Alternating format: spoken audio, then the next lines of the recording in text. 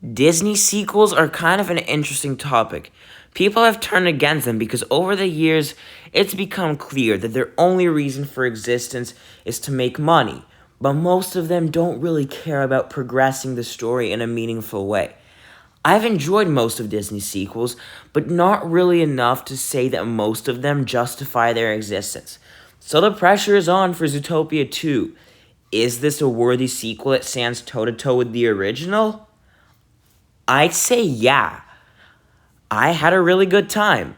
Going in, I was worried that it would just be the first movie again. Like, oh no, we gotta solve a mystery. Again. Our career depends on it. Again. Except this time, Nick is already a police officer while the story is starting. And yeah, the story is similar with a couple familiar characters and story beats, but they absolutely throw in enough new and original ideas to really justify this movie's existence. Honestly, Zootopia 2 is less of a standalone sequel and more so, what if the first movie just kept going? Which in this instance is a good thing. That's exactly what the story needed to be. New characters make their way into the story, and they're pretty fun additions for the most part. Except for the woodchuck. I'm gonna be honest, that character was insanely annoying. Oh well, Milton and the mayor have plenty of moments to shine. But the star of the show here is definitely Gary, a surprisingly tragic and enjoyable character that you want to see get the recognition he and his family deserves. I also appreciate how the world building isn't contradicted. It's not like other Disney sequels where, oh, Felix is going to cover for Ralph, even though the first movie made it clear that him leaving the video game is a pretty big deal that can't just be covered by another character, or oh, sealing one island somehow prevents any other island in the world from reaching each other. Seriously, I'm still not over how stupid that shit in Moana 2 was about the island. Zootopia's rules were clearly established in the first movie, and those rules are followed in the sequel without any contradictions, which is a nice surprise. I also like how the side characters from the first movie had more time to shine. That's nice. In general, I like the social commentary and how subtle it feels. Like, I don't go for the first Zootopia for subtlety, I go there for the good intentions and the ultimate good messages and the fun character interactions. But the execution of the messaging has never been the first movie's strong side. But here, it was actually really well done and a pretty clever allegory for some stuff that has happened in the real world, and it helped the conflict feel true to life. I also appreciate the sheer comedic ability of the movie. Like, I laughed a lot in the movie theater, and it kind of felt refreshing, to be honest.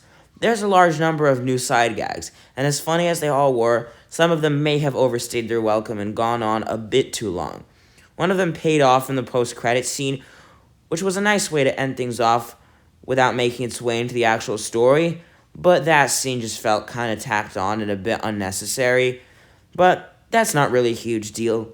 In terms of larger issues, it does kind of drag a bit in the middle when they're climbing the mountain. Generally, the movie's pacing wasn't as good as the original. The side characters from the first movie weren't in it as much, and while the new characters are mostly pretty enjoyable, none of them hold a candle to Flash, let's be real. The emotional moments also didn't hit me quite as much as they did in the first movie, but they were still relatively effective, even if they didn't personally move me. Obviously, I'd still give the first movie the edge overall, but a lot of that comes from the freshness factor and how cool and magical this concept felt at the time. Zootopia 2 does a couple things better, like the subtlety and the social commentary, an actually good villain this time around, and having a bit more funny gags, while falling just short of the original in some aspects, resulting in an experience that feels more or less the same, but, and this is the key point here, the reason this works so well as a continuation is that overall, it doesn't feel like a rehash. At its core, it's saying new things about the state of the world. The conflict does feel a little more complex. The world building does feel like it's expanding in a natural way. Aside from the fact that reptiles weren't even mentioned in the first movie, which, I can live with that, everything about this feels like it was always meant to be a part of the story. As a result, This has got to be the best and most natural feeling Disney sequel since, damn, Fantasia 2000, I think. Not that it's that good, we just haven't had a great one in a really long time. Yeah, if they can make more of these kinds of sequels, then I'll be all for it. As I expressed in my video on why Pixar is dying, the Disney conglomerate as a whole is focusing too much on sequels and less on pouring their heart and souls into originals. I don't want them to take the wrong lesson from what looks to be this movie's box office success. I think it's going to resonate with a ton of people because of how true to the real world it feels. I mean, yeah, obviously it's gonna make a ton of money because it's a sequel, but I appreciate how it's such a thoughtful and passion driven follow up. It feels like a strong second act, and I'm gonna say something that I never would have even dreamed of saying earlier today. I wouldn't mind if they made a Zootopia 3 at one point. It's nice to know that every now and then, Disney's still got it. Just please stop taking artistic advice from Pixar, and the future may be golden. 7 out of 10.